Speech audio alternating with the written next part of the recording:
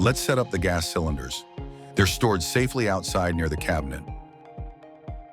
The safety cabinet is essential for storing LPG cylinders securely, away from ignition sources and in a well-ventilated area.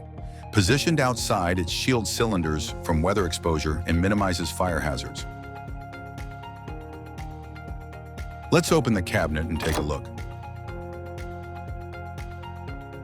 Before lifting the cylinders, remember to use proper techniques to avoid injury.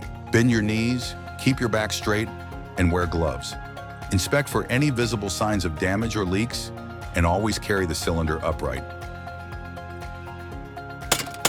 Great job! Now let's place the safety valve. Ensure the valve is clear of debris and aligns correctly with the cylinder's nozzle. It should click into place. Apply soapy water along the hose and connections. If no bubbles appear, the connection is secure and we're ready to turn on the gas.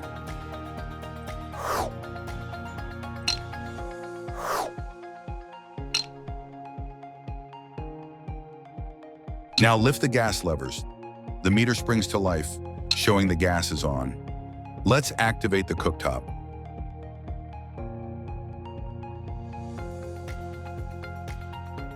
Before starting, confirm all connections are leak-free and that the kitchen is ventilated by opening windows or using an exhaust fan.